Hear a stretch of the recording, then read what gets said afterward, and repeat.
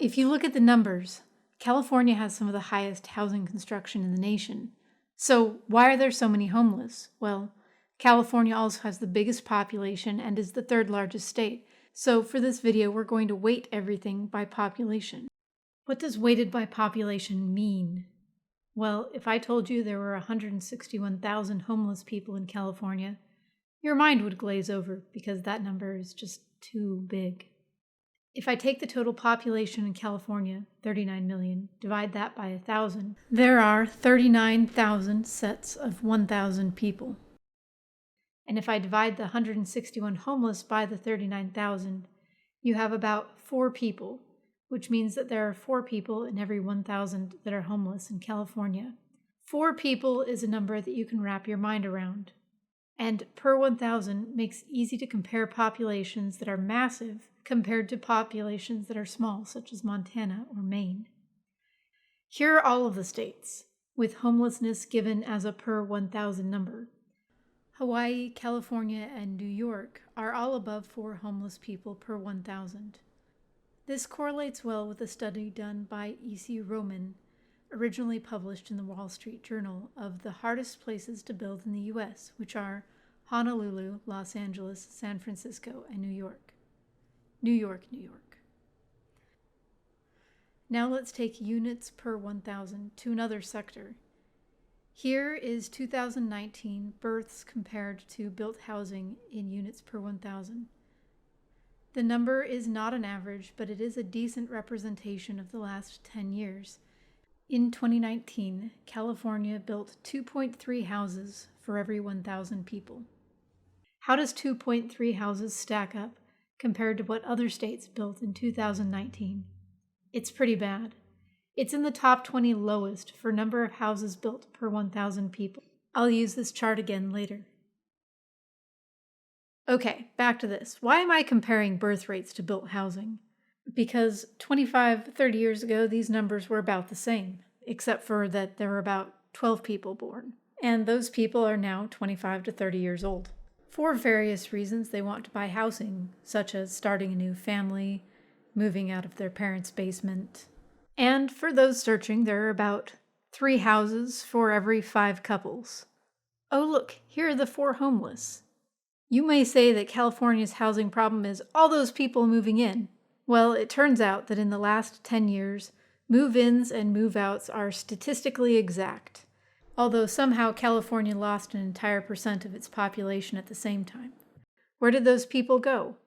Tracking the movement of people is very complex, but that data was analyzed and heavily debated when the National House of Representatives seats were reallocated, so it is a good representation of what has been going on at a national level. States that gained seats gained a significant number of people. States that lost seats lost a significant number of people. It's surprising that places like California and New York lost people when they are considered very desirable places to live.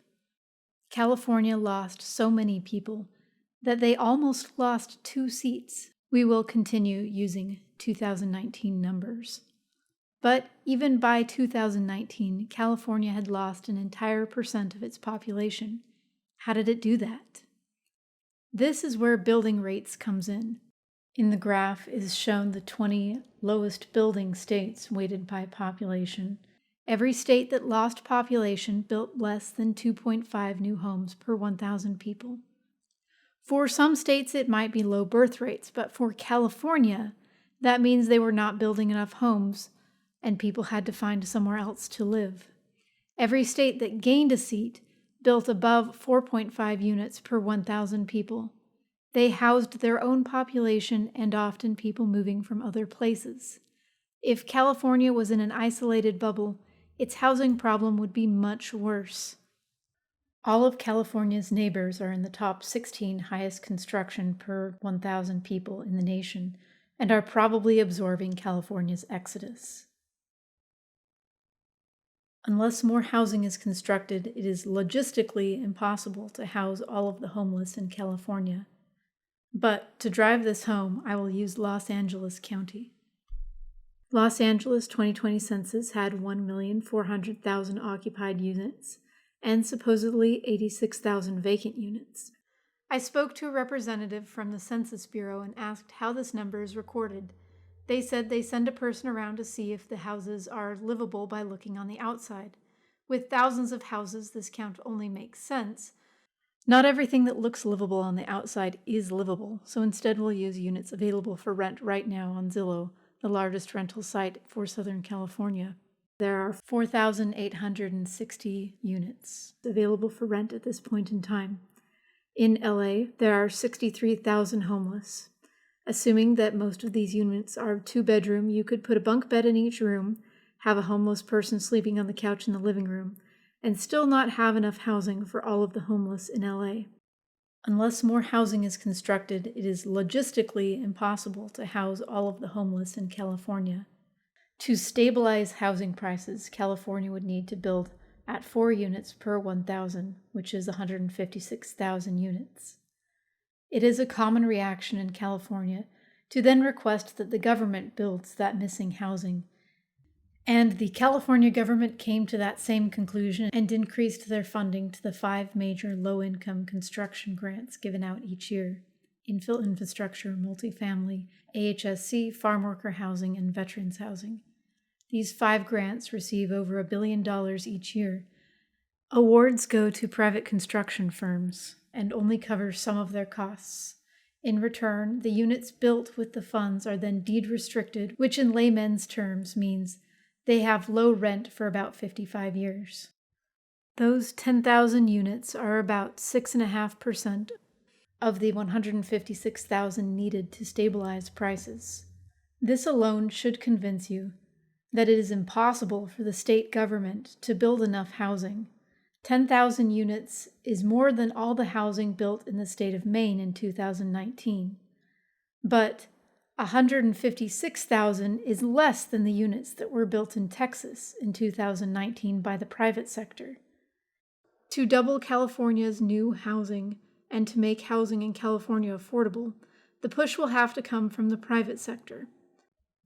You will see me discuss mainly apartment buildings. That's because in California, there is not enough water to continue building single-family residential the way that we have been building single-family residential in the last 50 years. If we are going to build something that is affordable to the generation currently trying to buy housing, it will have to be apartments. How does the private sector make decisions? A savvy investor will run calculations on a property, and if the ROI, return on investment, is above 15%, then they will usually move to the next step. And if it's under 7%, they will ignore the property completely and go somewhere else. Next, they purchase the property, design construction documents, go through a government process called entitlements. In California, the entitlement process includes something called CEQA, which is a process unique to California. Once they receive their entitlements, they're allowed to build. Building takes 1 to 3 years, then they can start collecting rent, and after 7 to 10 years, money produced from that building can fund a down payment for the loan on the next building. Usually in the laws of supply and demand, the insanely high rents in California should make this calculation easily reach 15% return on investment. Builders should be flocking to California to make money, but they aren't. Some I've talked to feel harried and bitter towards California. They say it's a dangerous place to put your money, and some of them have given up and gone to other states, and here are a few reasons why.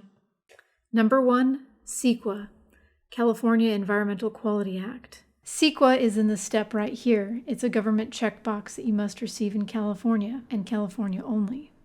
CEQA was designed to protect the environment and requires a review of all large developments. Most single-family homes don't need to jump through this hoop. In fact, there are thousands of CEQA loopholes. But most townhomes and apartment complexes have to go through this. Townhomes and apartments save more water, gas, electricity, and space per person than single-family homes. Townhomes and apartments are also affordable to new families, and yet they're sent through the ringer and are killed by CEQA quite often, whereas single-family homes are not, which means in California it's much easier to build an energy-consuming single-family home than an energy-saving apartment or townhouse. I'll do a video on CEQA later. In an ideal world, the developer will get back enough money within 15 years to start a new development. CEQA can add 5 years of dead time to the front of that, which throws most ROI calculations off. CEQA and CUPs together mean that even after they've spent 5 years putting money into their project, it could be rejected, no money back. This would bankrupt a small developer if it was their only project. Although small developers are common in my home state, they are less common in California. Most California developers have multiple projects and can roll the costs from one rejection into the rents of a different successful project. This is one way that government regulations raise rent. There is a lawyer that spends all of his time litigating against Walmart using CEQA. That's his entire revenue stream. No matter how much Walmart hires experts, pays biologists, archaeologists, engineers, and usually a CEQA consultant to manage this 200-page document, Walmart still gets held up in court every time. If Walmart can't avoid CEQA, even when rebuilding on one of their sites, which happened in the area I worked at, then no one can avoid a determined adversary that uses this weapon to kill a development. The question is how deep it cuts your pocketbook, and if you're willing to continue afterwards. NIMBYs in California have received a lot of attention from various other writers, so I'll just throw a few links below. Many California cities require apartment complexes to go through conditional use permitting, and that means a group of officials can outright reject your application. In California, lots of residents will show up to object to apartments. The locals face a lot of pressure to reject these applications. This apartment was rejected because it cast a shadow on a nearby playground. Governor Newsom said that the legislation passed in 2021 would increase housing by 84,000 units. And I'll show you how he got that number, but it's not really units built by the government of California. This article shows that there are some 18,000 affordable shovel-ready housing units in the Bay Area. Shovel-ready means that construction documents are ready. A builder could take them at any time and start building. They are waiting for government permission or funding. 100% affordable housing has a loophole that avoids CEQA and conditional use permits. Because the Bay Area NIMBYs, people who do not want building in their backyard, use CEQA and CUPs to frequently murder building projects, 100% affordable has become one of the only ways to build in the Bay Area. These 18,000 units are claiming to be 100% affordable and waiting around, fully designed for one of 114 project awards that happen every year. All of these projects could instantly find money if they could sell at market rate, but they would usually be killed by the community in conditional use permit phase. That's time and money in the project wasted. It's a safe bet, and I'm pretty sure Newsom did bet this, that at least half of these 18,000 units in the Bay Area and hundreds across California would build if they could just get around government barriers. The actual legislation passed by Newsom forced cities to zone for multifamily and then allowed many of those multifamily units to bypass conditional use permits if the developer deed restricts 20% of those units to levels that are affordable. But here's the trick. Not all multifamily can take advantage of the 20% affordable loophole. To find out if your parcel qualifies, go to your city's 2021 housing element, then look up the site's inventory map. Click on this table to see if your APN parcel number is there. Then go to the city's previous housing element.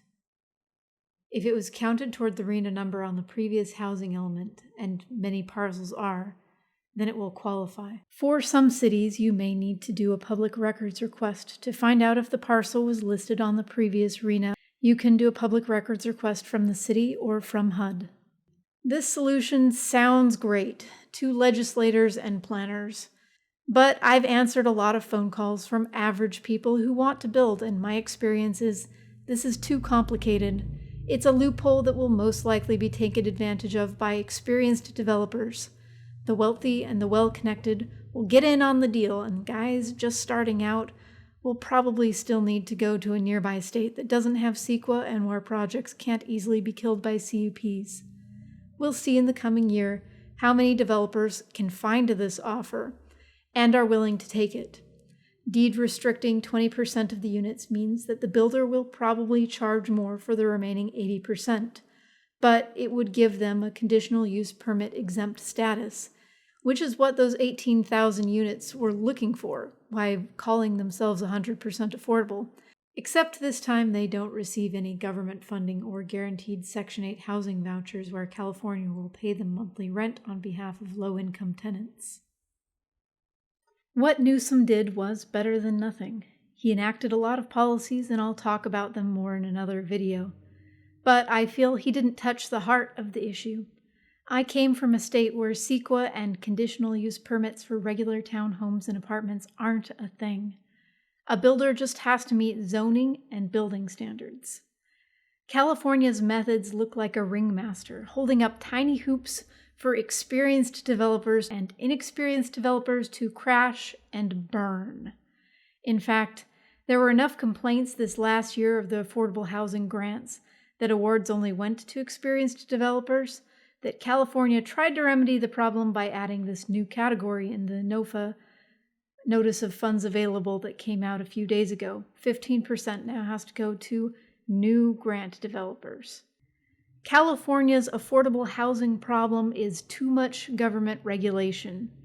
If California building policies weren't so regressive, those 18,000 units in the Bay Area and thousands more across California would be built by now. Housing prices would be at least $100 a month lower. Those in charge can too easily blame their bad decisions, making costs soar, on greedy capitalists, and the California population loves that message, even if it's misguided. There is literally not enough housing in California, and removing CEQA and CUP barriers would go a long way towards fixing it. There are a lot of moving parts on this issue, and so this will be part 1 of a 3-part series, where parts 1 and 2 will talk about the causes of the lack of housing in California, and part 3 and possibly part 4 will discuss the existing solutions that California and many other states have been trying. In summary, make it easier to build townhomes and apartments.